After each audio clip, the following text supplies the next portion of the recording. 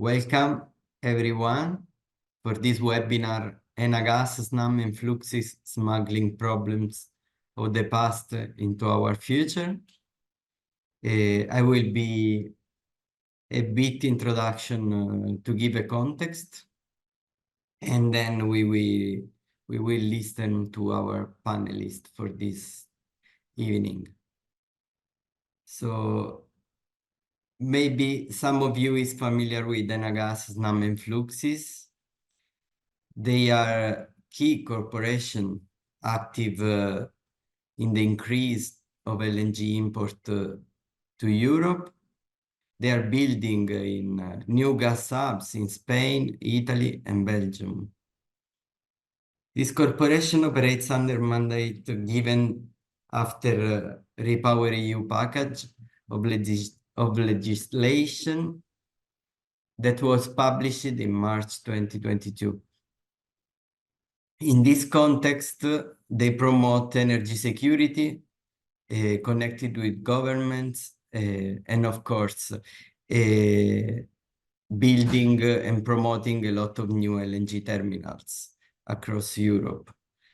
In this case, and for these years, Germany and Italy, they had a lot of infrastructure promoted. But they relaunch also the construction of gas pipeline using the narrative of the hydrogen-ready pipelines. So in this context and with this narrative of energy security, we see in REPowerEU also the hydrogen goals. The European goals for hydrogen, it's 20 million tons of production by 2023. 10 million of tons produced in Europe, another 10 millions of tons imported from outside. Of course, in particular from North Africa. But we have also explicitly named country very far from us, like Chile, and country, as I said, from North Africa, as Algeria and Egypt. In this workshop, we will try to explore and to understand the agenda of this, the hydrogen agenda of these three companies that are three of the biggest and largest gas transmission system operator in Europe. We will try to figure out how the narrative of hydrogen could be used to reinforce fossil fuel and to give more years of life to this fossil fuel that is LNG or methane. Actually, we will see together what Snam, Enagas, and Fluxys are promoting in terms of projects and in terms of general agenda of hydrogen and greenwashing in general. It's important to underline another time that according to the International Energy Agency report of 2023, just 0.1% of hydrogen was produced from electrolysis. In this number, we have also the hydrogen produced from nuclear power generation that is not so clean, even if it's counted as electrolyzed hydrogen. We will explore why EU hydrogen agenda is a pure neocolonial plan, part of a new aggressive commercial agenda of the EU Commission that want to reposition itself in changing global dynamics. So, who are Enagas, Snam, and Fluxys, and why they are a problem We will explore this topic, understanding their project, their planning, and some example of the main infrastructure they are planning. The idea that we are studying, that we are seeing during the last years is they want to be, after several years, to be TSOs of gas, to manage to be TSOs of hydrogen, with all the benefit that all these role could do in terms of agreements with the state and benefits every year. So I finish here. Let's start with the workshop. I will present and leave the floor to our speakers today. There is Elena Gerebizza. Elena is a researcher and campaigner of ReCommon, a collective based in Italy, who challenges corporates and state power responsible for the plunder of territories and works to create space of change in the society. Elena is working on the campaign targeting the Italian TSO Snam, opposing the construction of long-distance gas and nitrogen transport infrastructure, like the South H2 corridor, from a climate and a social justice perspective. Josep Nawal Korpas. Josep is a project manager and researcher on energy transition and hydrogen in a Deute Observatori in Globalitzaciò, ODG, an organization based in Barcelona, and participate in different local, national, and global spaces and networks to denounce the impacts of current energy model and propose initiative for a democratic and just transition, energy just transition. Matthijs van den Busche. Matthijs is a campaigner at Belgian peace organization Vredesactie. Currently is working on the Stop Fuel War campaign, aiming to cut the close cooperation between the Belgian TSO Fluxys and the Russian LNG industry, thus stopping an important financial contribution to the war effort in Ukraine. Thanks, and I leave the floor to Elena.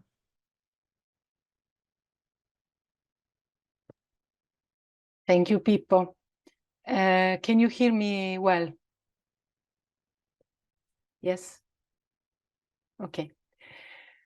Okay, so I will start this presentation by starting with Snam.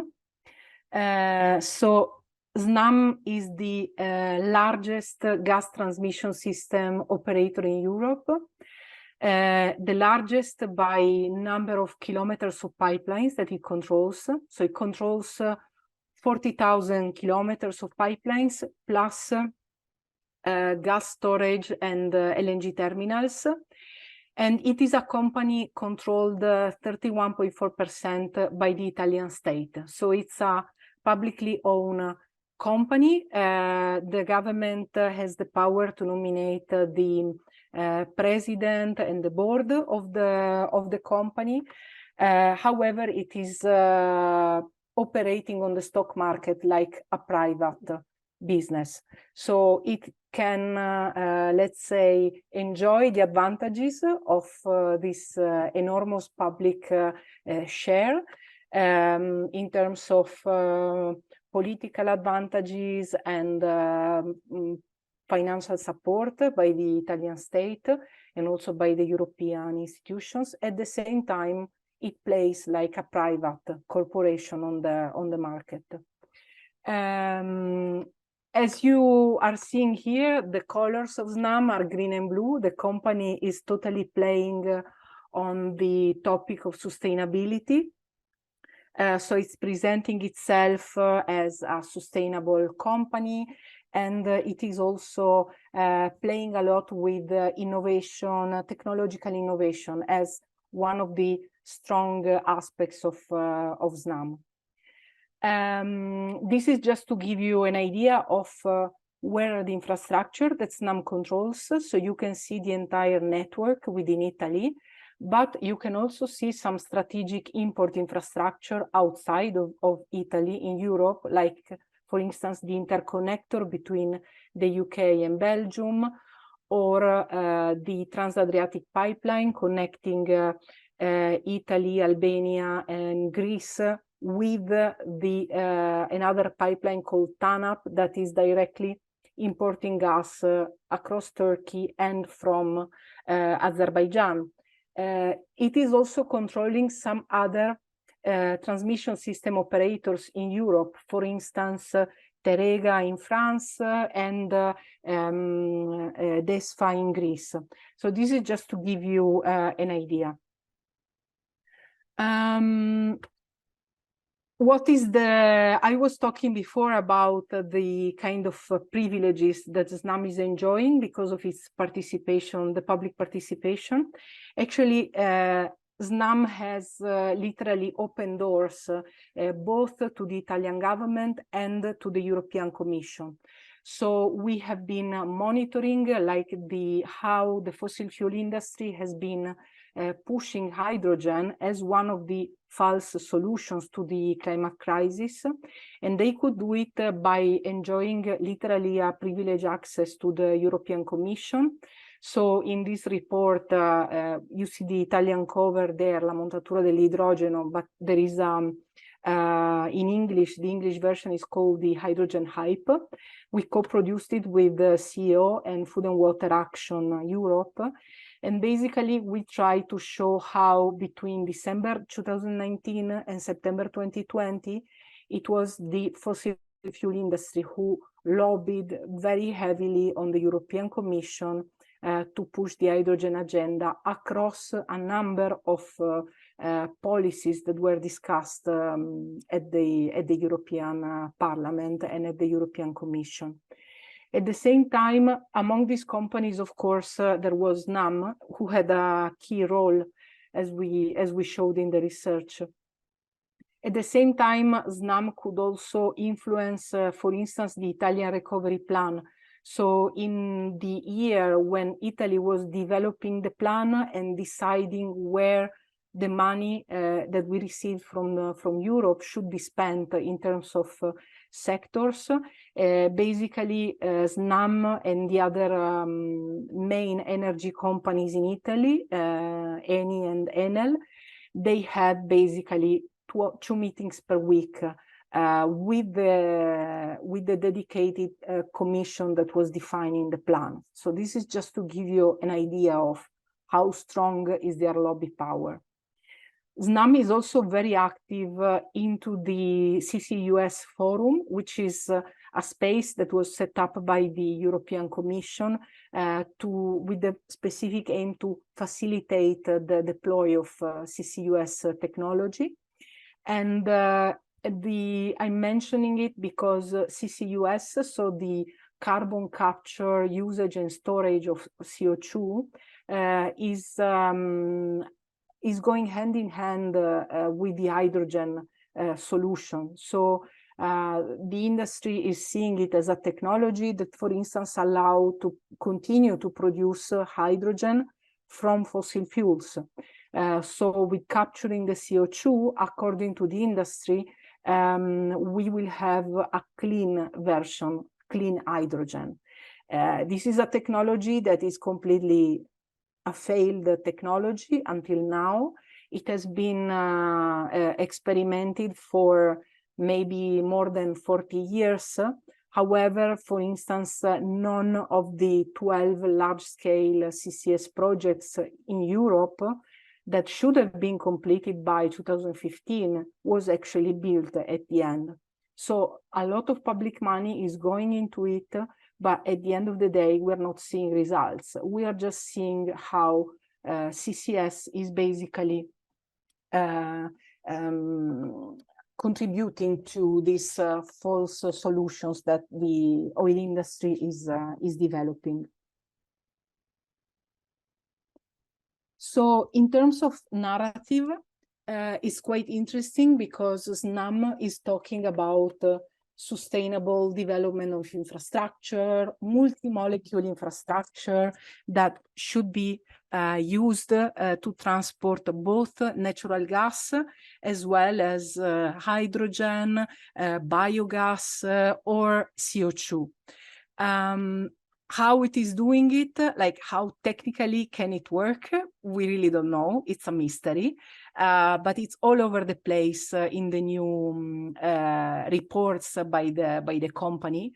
What we can see in the investment plan is that basically 10.3 billion out of 11.5 are totally going into the expansion of new gas infrastructure, which are described in cases as hydrogen ready, and they have this sustainability label. But at the end of the day, it's just a very heavy investment plan to expand the gas infrastructure. The other aspect, which is quite interesting, is like the financial support that the company is getting from the government and the EU. So, for instance, state aid is going to be one of the possibilities for Snam to build both transport and production projects for, in the case of production, for green hydrogen. In the case of transport, just pipelines that can transport any color of hydrogen, so not necessarily green. So this is it's quite a political decision for the European Commission, because it means the Commission decided to derogate on the competition law to allow basically special state aid for this type of infrastructure. At the same time, also, like the Snam is among the proponents of the Italian H2 backbone and the South H2 backbone, which is the key infrastructure for the European project. And these projects are listed among the projects of common interest. So it means they can access to the funding of the Connecting Europe facility. One other thing which is, I think, relevant to be mentioned is that most of the operations of Snam are happening on the regulated market. So it means that it's taxpayers that are covering the remuneration of return for Snam investments in infrastructure. And they do it directly in energy bills or through the general taxation in Italy. And just recently, the new EU gas package is basically allowing national regulators to extend the gas regulation also for hydrogen. So this company is among the key ones, like we were saying before, that lobbied the European institutions also when they were discussing the gas package. And we see how this is one of the benefits that they got, because it means that basically the building the infrastructure that are the basis for building a market for hydrogen in Europe is actually happening with a lot of costs covered by just the regular people, so everyone who's paying taxes in our countries. And in this context, Snam is also the only company candidate at the moment to become also hydrogen transmission system operator in Italy. So it means that it's a total continuation of the business from fossil gas to eventually hydrogen. I'm saying a few words. I don't know how much time I have, but I'm saying a few words about the South H2 corridor, which we think is a totally neocolonial plan. So it's like 3,300 kilometers infrastructure going from North Africa to Germany. And it should import 4 million tons of hydrogen per year. So this means that out of the 10 million tons that people were mentioning in the introduction, which is the European target for 2030, of the import of hydrogen, 4 million should come from this pipeline and should be produced in Tunisia, which is a desertic and semi-desertic region where water access is really already today a source of social tension. So why I say this is neocolonial? I say it because, first of all, this is a plan that was designed in Italy, and then Snam outreached to the other transport system operators in Austria and in Germany to make it a European project. But this is not a project that was jointly built with countries in North Africa or from other places in Africa. At the same time, it's also a project that is totally corporate driven. So governments, even though if like more or less democratic, but they really had no space. There was no democratic space to discuss whether this project is a priority or not, neither in Italy nor in other places. Then it is adding stress, a lot of stress on the use of natural resources in Tunisia and eventually in the other countries nearby. So, for instance, it is adding stress because where you build the project and where you build the dedicated renewable electricity production are areas where the use of land will be basically taken away from other uses, and it will be dedicated only to the production of hydrogen and energy for the export to Europe. It is also adding stress because the use of renewable energy, it's already decided that it should go into the production of hydrogen. So basically, local people will not be able even to decide if the renewable energy that will be produced in Tunisia, for instance, should be used locally. And they, of course, have no say in deciding what type of projects for the production of renewable energy should be built. At the same time, it is adding stress on the use of water because you need water, quite a lot of water to produce hydrogen, but even more if the water is coming from the sea. So you need to build also the industrial facilities to desalinize it, purify it because you need ultra pure water, and then use it for the hydrogen production. So basically, if you use water from the sea, you will need up to 21 liters of water to produce just 1 kilogram of hydrogen. And this is dedicated to industry. So, for instance, people already have issues with access of water in Tunisia, but the desalination plants are only for industrial energy production, like in this case. Snam is getting all the benefits because, like you can see from this scheme, it has the full ownership of almost the entire existing gas network that should be retrofitted to then be able to transport hydrogen. And finally, this is a map that shows you all the different import corridors. So like we were saying, Corridor A is the South HU corridor, but there is another one coming from Spain, another one coming from from Scandinavia, etc., like you see in the map. And this is a corporate project. So it was built by Snam and a number of other TSOs in Europe, and it should cost up to 130 billion euros. So I'm leaving it to Joseph. Thank you.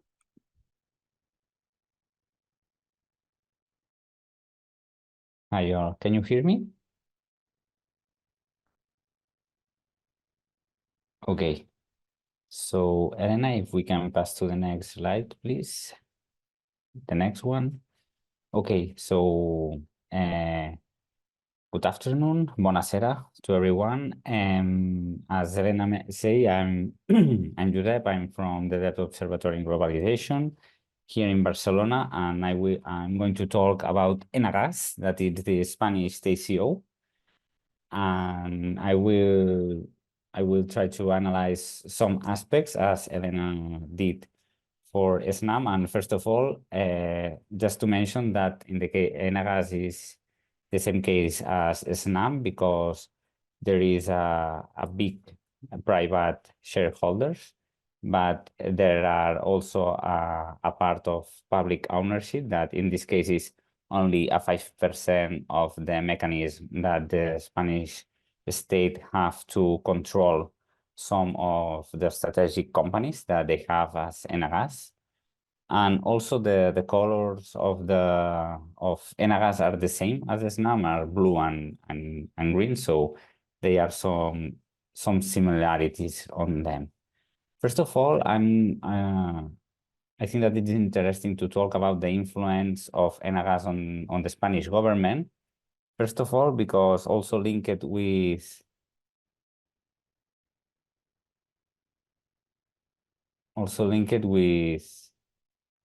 what Elena says, it's that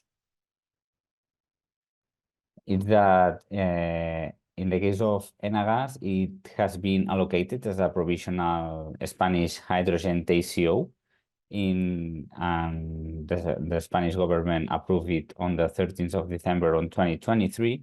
And we asked the government and say that it is, and there is no a timeline where the final decision will take. So we are in this situation, and it's true that Enagas at this point it's the only company that can do this role, but as ODG, but also the gas resolution network that we have in the Spanish state, we are trying to oppose on it. And in the case of Enagas, one of the main points is that they are also planning the Spanish hydrogen backbone, that they did a proposal on January 2023. And you can see in the slide that it's this figure with the hydrogen pipelines that they are planning to build in the Spanish state. And the graphic that you have on the right, we think that it's interesting because it's one of the main arguments that we have as a gas resolution network, and it's that where the fossil gas infrastructure planning that Enagas did in the beginning of the 2000s was catastrophic, because in the graphic you can see the black line, that it's the projection what they did, but the red line is the real consume that we have in this period. So at this point, what we have in the Spanish state, it's more capacity that we really need. And we think that it's a problem because the logic that have Enagas is to replicate the fossil gas model that we have in the Spanish state into hydrogen. And we think that this is a really huge problem. We can move to the next slide. So at this point, what we can see is that it's not only Enagas who is doing this propose. It's also that Enagas and the Spanish state have the same or really similar narrative and roadmap for the Spanish state and the development of hydrogen, because our president Pedro Sanchez have done in sometimes the statement that the main goal of the Spanish state is to be the main supplier of hydrogen to the center of Europe, in this case Germany. And what we think that it's also really interesting is that these go in line with some of the different movements on the energy law that have been done in the last month here in the Spanish state. On the figure that you have on the right, you can see the capacity that the Spanish state is planning to have on electrolyzers, and they move from 4 to 11 gigawatts for 2030 in the law that did the planification of energy and climate for 2030. And you can see on the other figure that Enagas, in their planning in this 2024, they say that they base a scenario for the development of hydrogen here in the Spanish state. It's about 13 gigawatts. That it's really similar to the increase of the Spanish law about the development and planning of energy and climate here. And also another important note is that on the 13th of April, so the last week, have been allocated the first European Hydrogen Bank pool on hydrogen projects, and the Spanish state and Portugal are the main beneficiaries of it. So they are also a huge support from the public institutions at the European level. So we can move to the next slide. So at this point, what we think that it's interesting is that to point which are the main impacts that could have this Enagas hydrogen roadmap, and it's in the same line as like Elena pointed in the case of Snam. We did a report with Ecologistas and Accion that it's called the Hydrogen Trail. You can find it in our website, because we did a field trip on December 2023 in different parts of the Spanish state that are going to be allocated some big green hydrogen projects. And what we did is we find that they are like the two main points that we have to take into account on impacts of the implementation of these projects is about the new renewable energy projects that have to be implemented, and also the scarcity of water that exists in these regions, taking into account the big consume of water for the production of green hydrogen. And only to take into account is that in the report did for the International Energy Agency, they see that like 46% of the regions where the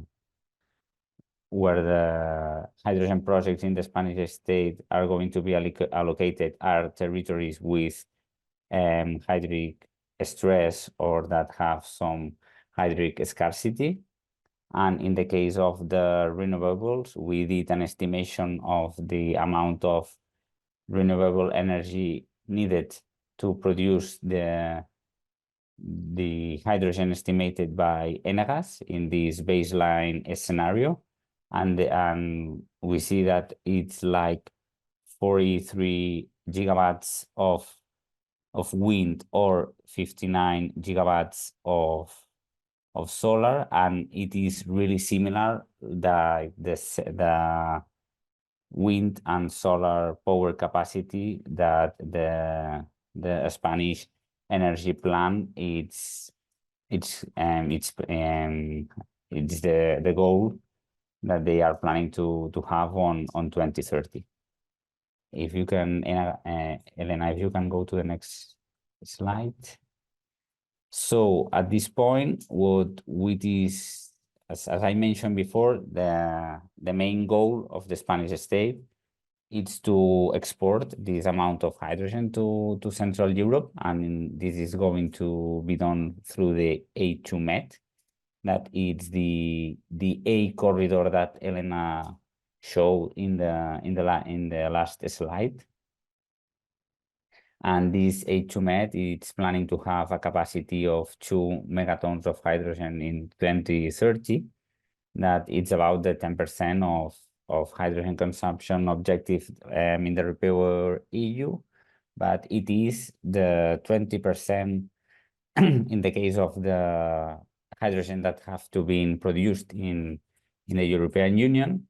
The budget of this project is about 2.5 billion euros, and it is estimated that 1 billion is going to be allocated to the Spanish state. One thing that we think that is really interesting to point is in the interconnection between the Spanish state and the French one, it's that this is the resurrection of MidCat, that is another transport project, in this case of fossil gas, that with the people from the north of Catalonia, we could paralyze it on 2018. And we think that this is the try to reuse this project and in this case to talk about hydrogen and not fossil gas. It is important to mention that on March this year, this project have been included in the 6 PCI list, that it's one of the main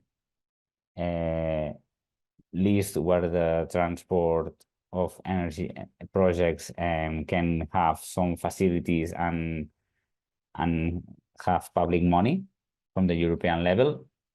And also in the case of H2Med, it can be also linked with this neocolonial approach, because in the image it's not reflected, but taking into account the Spanish hydrogen backbone plan for 2040, it is planned that there are some hydrogen pipelines that arrive to Morocco. So one of the ideas is also that in 2040 the H2Med can transport hydrogen from Morocco to Germany, passing through the Spanish state and the rest of EU member states. If you can move to the next slide. And finally, I'm going to talk a little bit about financing. At this point, we think that the financing of the hydrogen transport infrastructure in the case of the Spanish state, there is nothing sure. We don't know which is the way that it's going to be paid, but we think that the pay for capacity will be the way that they are going to do it, and it's really similar what Elena explained about how the Snam fossil gas infrastructure have been financed through the taxpayers. And one of our hypotheses at this time is that there is too much supply but not enough demand. So we see that there are these big energy companies that own the infrastructure that are promoting and are really interested that this hydrogen, the promotion of hydrogen, move forward, but there is no, in the case of the industrial part or the demand where this hydrogen have to be used, it's not in the same way. So our question is, how will it pay if expectations are not met? Because here in the Spanish state, we have a really well-known example that is the Castor gas storage, where it costs like 1.35 billion euros, and we have to pay it through the state, through the public money, and we don't use it any year, so any day. So we think that it could be a risk to start with the construction of this infrastructure if they are not going to be used. And just one thing that we also want to point is that Enagas, it's for the transport of hydrogen, but also exists Enagas Renovable, that it's the company that it's promoting promoting projects for the generation and production of hydrogen. So at this point, we think that there could be a market interference about this company, because we think that there are some links between these both companies, and they too can retrofit for the promotion of hydrogen, no? And also we see that in the case of Enagas Renovables have been participating in the call of interest that Enagas have been done in between September 2023 and January 2024. So we can think that this could be like a conflict of interest or market interferences in this case. So that's all from my side. Thank you.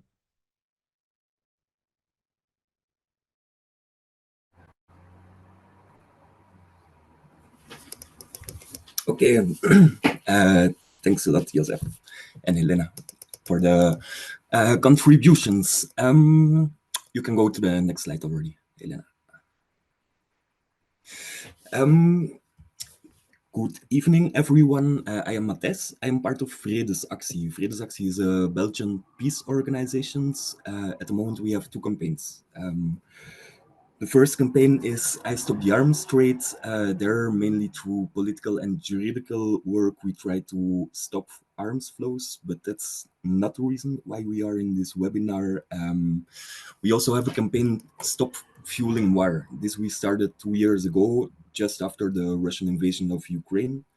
And in this campaign, Fluxys plays a central role because there is no port in the world where as much Russian liquefied gas arrives. We try to cut this link, but at the same time, the campaign is has a wider view, and this is also what will come up in the next slides and the next 15 minutes.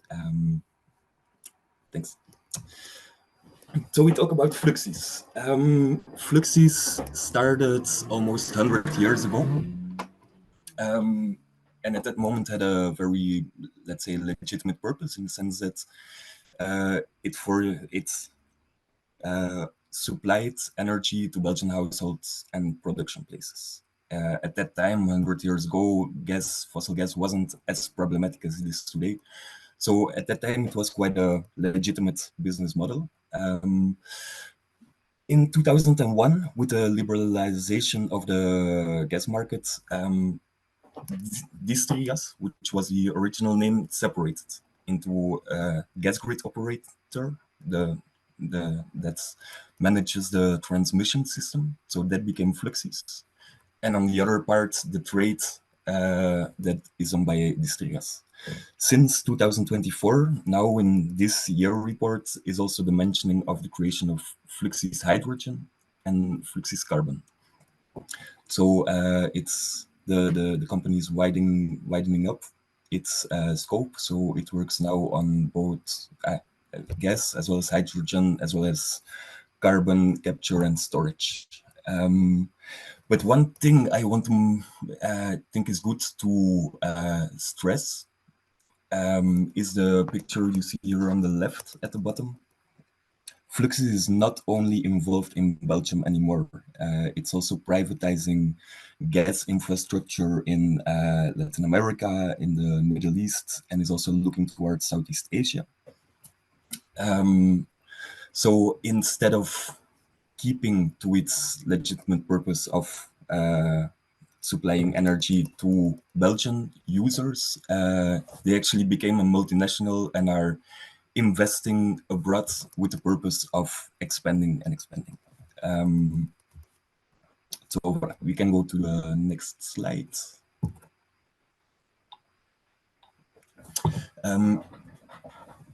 Here basically, and I think the two speakers before me also mentioned it, but what is at play for Fluxys?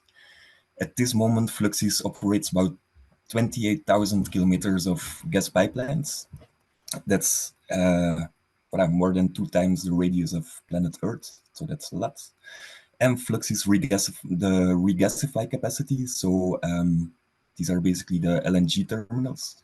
They have a capacity of 450 terawatt hour of LNG a year. So this is a lot of infrastructure that is not future-proof. So basically what follows is what this industry is battling, is fighting to maintain its power position also in the future energy reality. And how are they doing that? I saw already one question in the chat. Here is a list. I will not read them all, but here is a list of European lobby organizations. Fluxys participates in them. I didn't check, but I can imagine that also Snam and Enagas are participating in them. And but it's both gas lobby organizations as well as hydrogen lobby organizations. But they involve a lot of the same actors. So this also shows the continuity. And they actually, as the speakers before me also said, have a very big leverage over the European Commission's policy. One example is as a result of the energy crisis resulting from Europe's dependency from Russian gas, the answer from the European Commission was to build a lot of new fossil gas infrastructure, to build new LNG terminals to be able to import gas.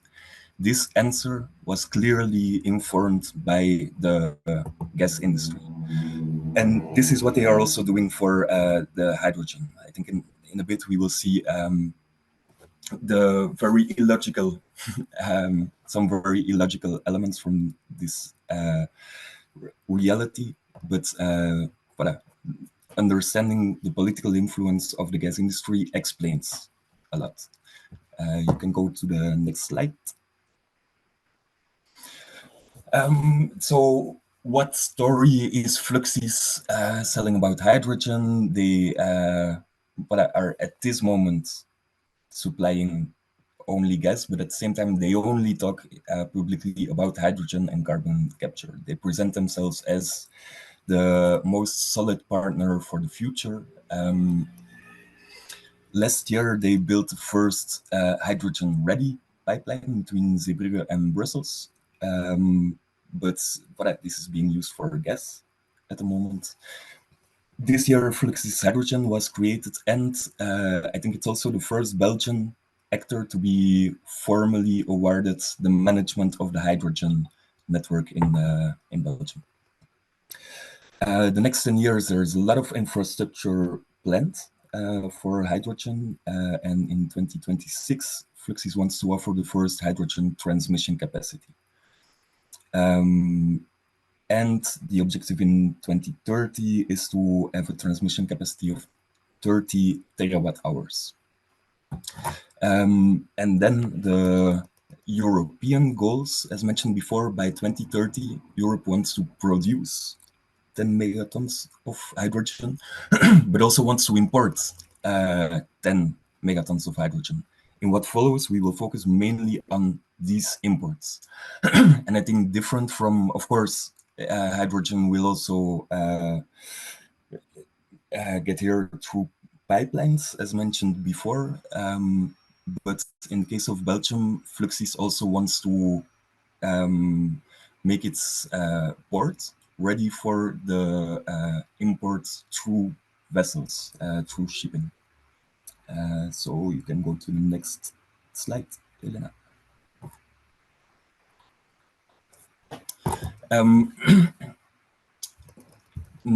I will, in the following slides, focus on the impact of those hydrogen plants on climate, on global justice, and on human rights.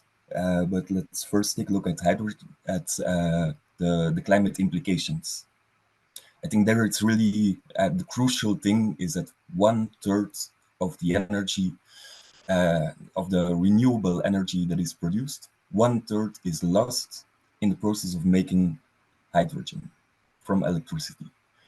So this is very wasteful energy use, and it's completely incompatible with the current needs for efficient use of energy.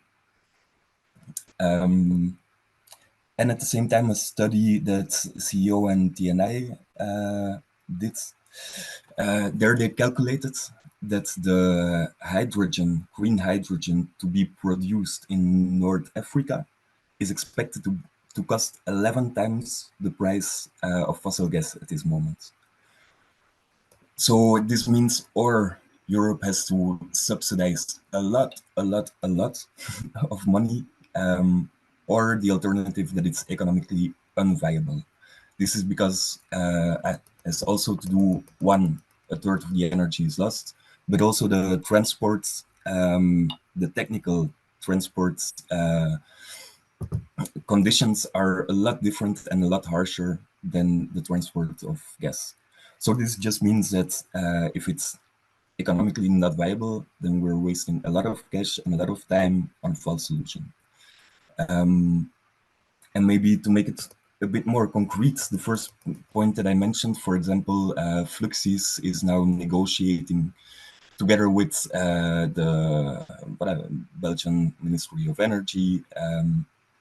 They are negotiating together with another Belgian company, Deute, with Egypt, with the government, with the company, and also the Egyptian military is involved in the negotiations. They are negotiating to construct solar fields and wind parks, to construct a hydrogen factory, and to export that hydrogen through vessels to the Fluxys terminal in Zeebrugge in Belgium. The graph here on the left bottom you see is the electricity, the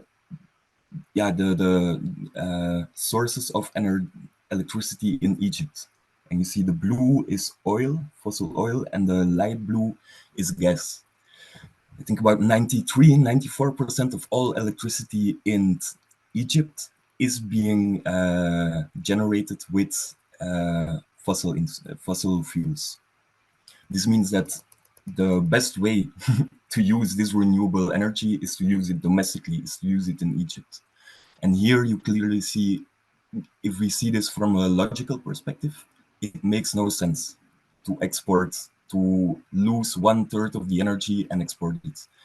The only way we can understand this is that there is a business model behind. Fluxys wants to win in the hydrogen race. They want to maintain their powerful position in the energy sector, and are prepared to go around in a very wasteful way with energy.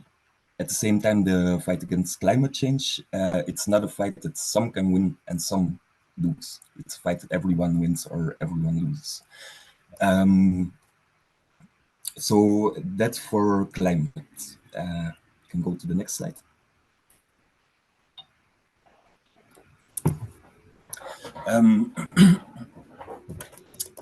Once the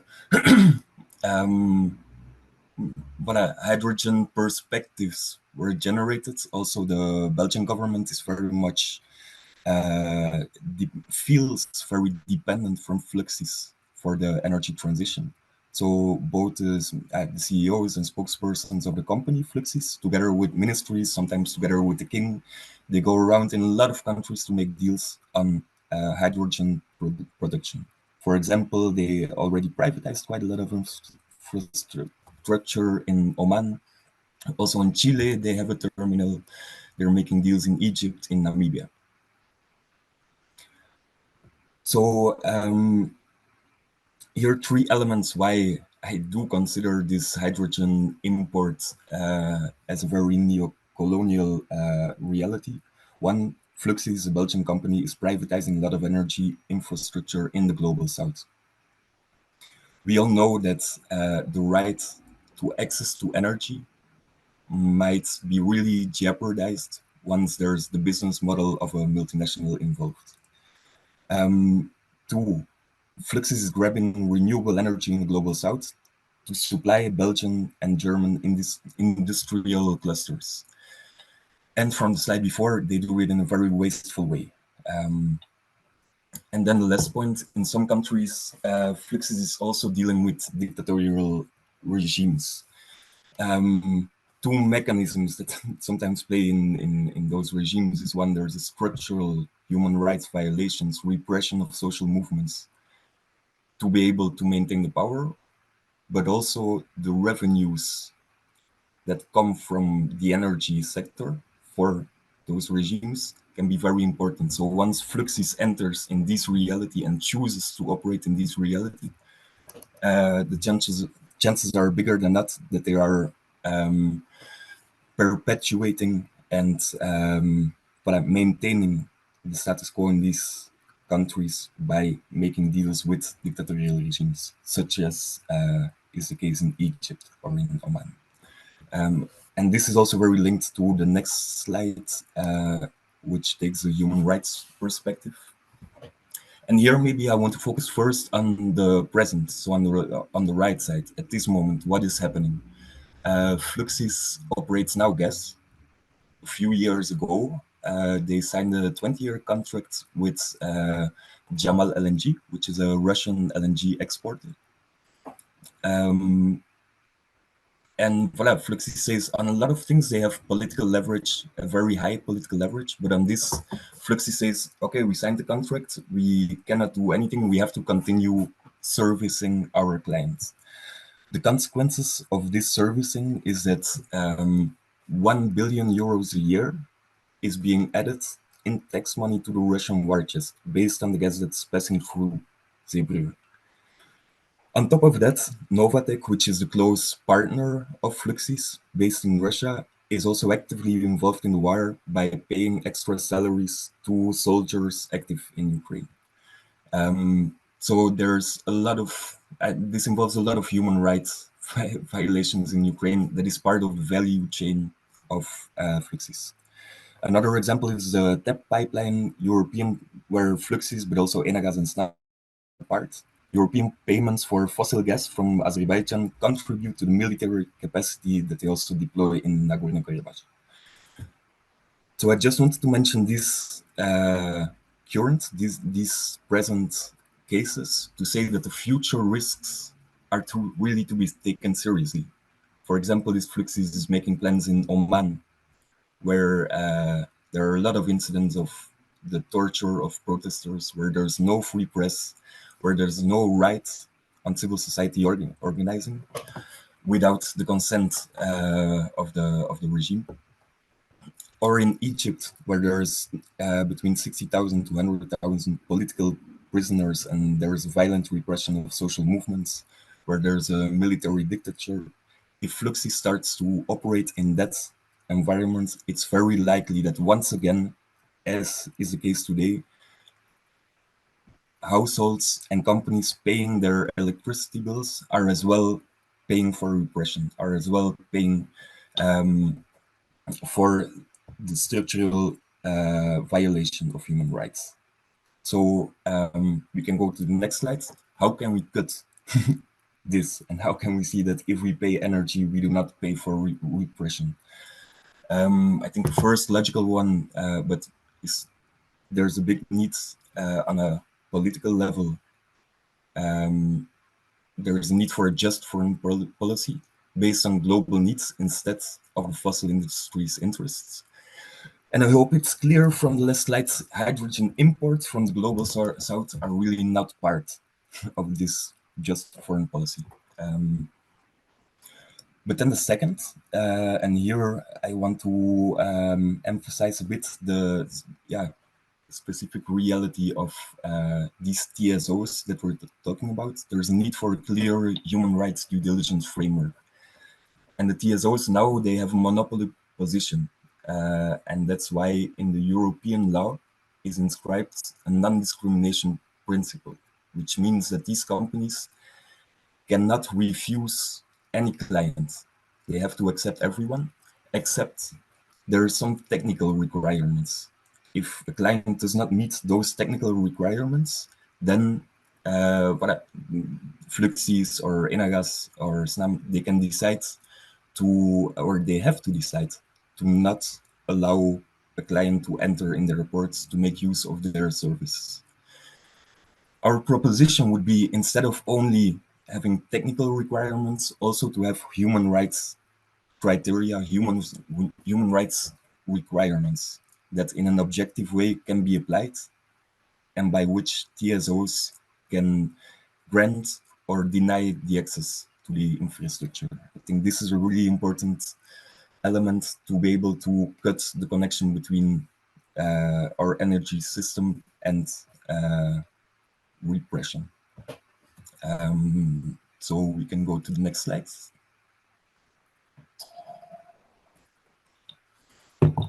And then finally, very quickly, I will mention 2-3 things we are doing at the moment. If there's people from Belgium also listening, we build a website. Fluxys is actually owned 78% by local governments in Belgium. So with this website, you can see how many shares your community has, and you can very easily push your council to vote on a motion demanding policy changes from Fluxys. So it's more a bottom-up approach to reclaim our gas grid operator. And then we can go to the next slide, the last one. As I said, the center of the campaign we have right now focuses on the Russian gas, because as I said before, there is no port in the world where as much liquefied Russian gas arrives. We take the streets this Sunday. Everybody who is a bit close, very welcome to join us. And the 14th of May, we have the shareholders meeting. We will go there with the peace movement. We have about 8 chairs with the peace movement, climate movement, and with 2 people from Ukraine also, and we'll confront the management of Fluxys on this occasion. At the moment, in the Stop Fueling War campaign, at this moment, there is a European proposal to put a ban on Russian transshipments. That would be great if we achieve this. This will be clear in the next few weeks. But this is a case-by-case approach. This sanctioning is, can be a tool, but it's not the right tool. The best way to regulate this business is to have a very clear human rights framework, a binding framework. And in this way, it applies to all the clients and conditions. For that, thanks a lot for the attention. And if you have any questions, go ahead. Thanks a lot.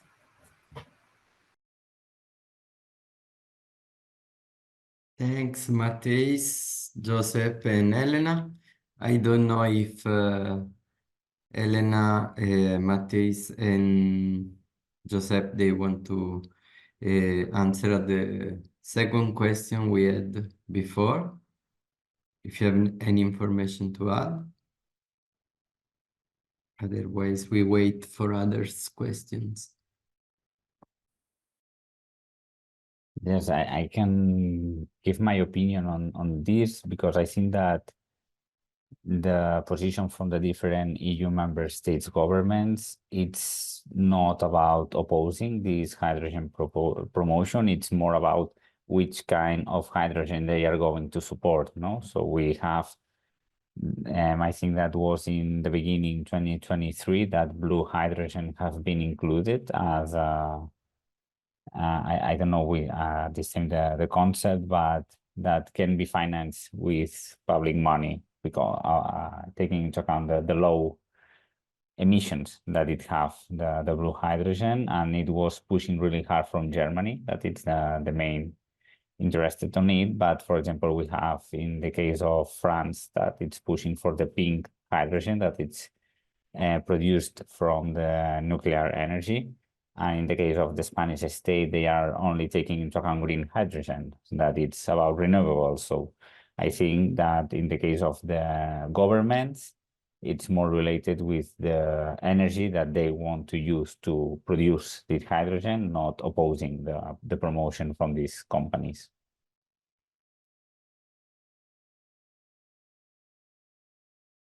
Yes. Thanks, And, Joseph. Go. sorry. And if I can add also, I think that when you talk about retrofitting pipeline or building new hydrogen-ready pipelines, so when we talk about the infrastructure, the companies themselves, they say that they are ready to transport a certain percentage of hydrogen, but they say we are not selling the hydrogen, we are only providing the infrastructure. So actually it's a very it's a very smart position, I could say, because their target is to get the public financing for the retrofitting of the infrastructure, no matter if the hydrogen that will be transported will be green or blue or pink or gray. They are just saying we are here to provide the infrastructure. So it's very tricky because governments talk about green hydrogen mostly as key for decarbonization. But like we have seen today, there are so many limits around producing green hydrogen and then being sure that what you are producing is actually sustainable.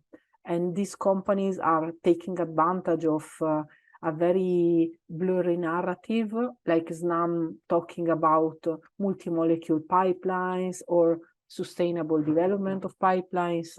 But at the end of the day, we are just seeing the continuation of the fossil fuel business. Thank you. So maybe I don't see other questions. If there are questions, please write in the Q&A part.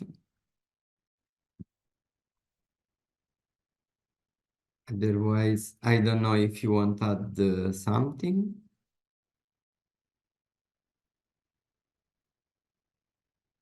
If not,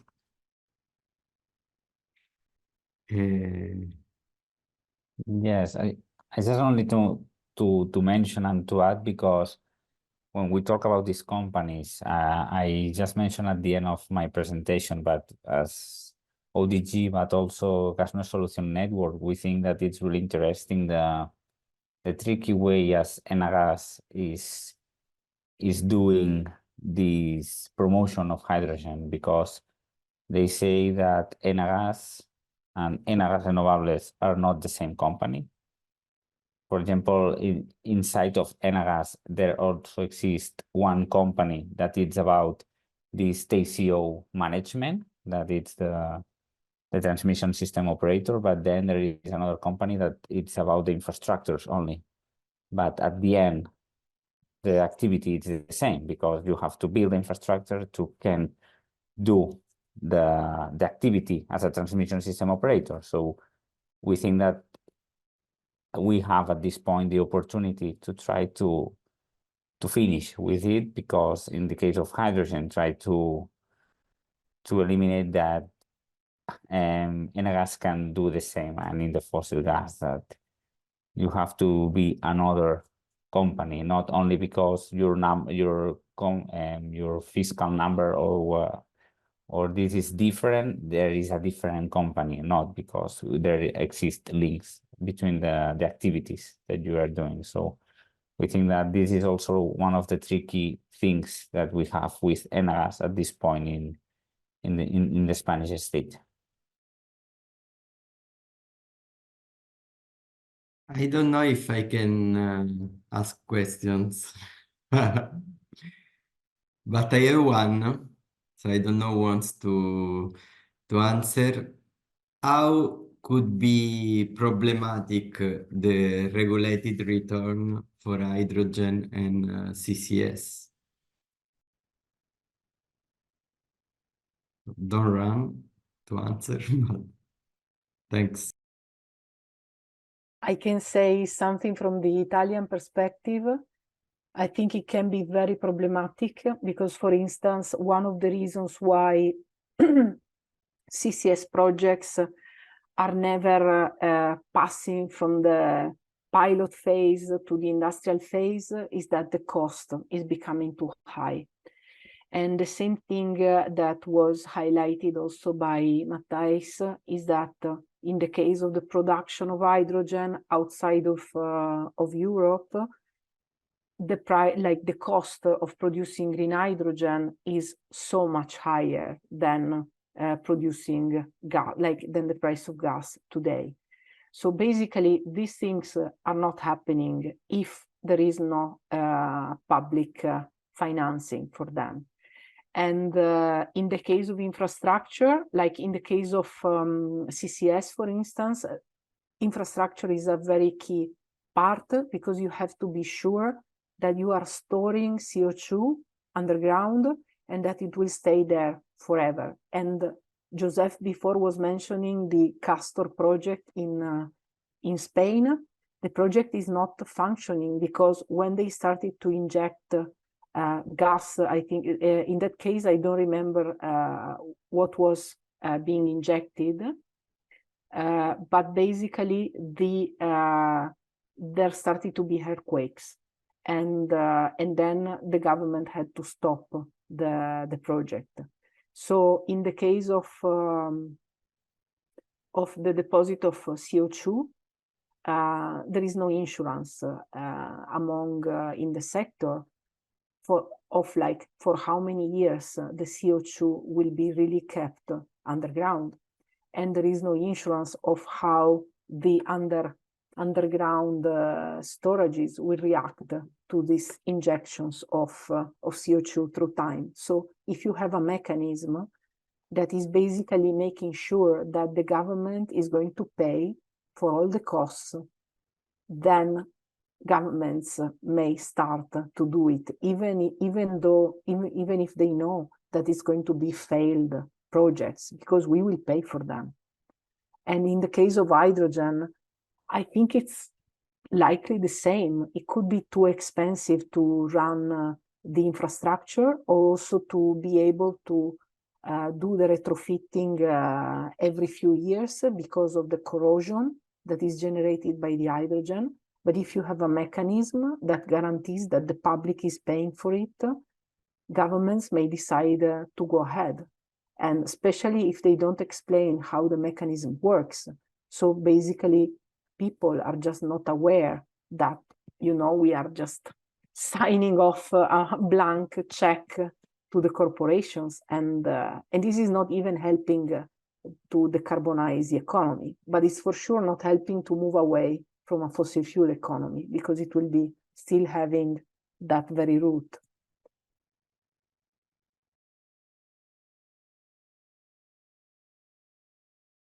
Someone want to add something? Matthias, do you want to add something?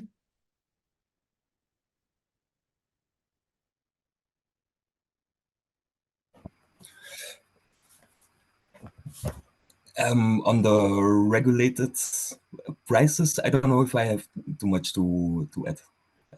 Yeah. Yes, I can add a little bit, because I think that in the case of hydrogen, it's tricky because you have two parts, no? The part of production that it's more about public money that it's bring to the construction of these projects. And the other part, it's the infrastructure, as Elena mentioned, it's the pay for capacity or the regulated part. So both mechanisms are debt that we are going to pay. Because the first one, because in the case of production, it's money that normally companies don't have to return. So it's public money that we are spending. And in the second case, it's like 30, 40 years that we are going to pay it through our bills. So I think that it's the real risk of the promotion of hydrogen in the case of the financial financial part. And yeah, I think that's the main point that we have to take into account. And because at this point we are in the hype, we are at the top. So as I mentioned before, I think that the European Hydrogen Bank spent 3 billion euros on the promotion of these projects. The PCI list, Elena mentioned, the IPCEI list. So it exists a lot of mechanisms that are promoting these projects. Also the next generation EU plans in the national plan. So I think that this is the main problem, that we are in the hype at this point, and we are seeing that are the big energy companies that are benefiting from them. There is not small projects in some industrial sectors that are really necessary for doing this decarbonization that are benefiting from this money. They are big companies. So I think that the way they are doing it, that we're in the same way. And I only just also to remember in my first slide, what I say is that Enagas did a bad planning of the fossil gas infrastructure, we have an overcapacity and we have to pay it if even if we are not using this infrastructure. So this is the main problem, because it's the pay for capacity, not for use. And I think that is one of the main problems. Thanks a lot. So there are no other questions.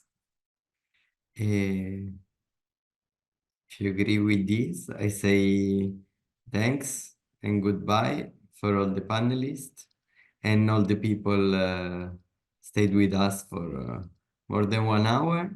Thanks a lot. See you next time. Bye. Thank you. Thank Bye you. bye. Buonasera. Thanks a lot. Ciao, ciao. Bye bye. Ciao.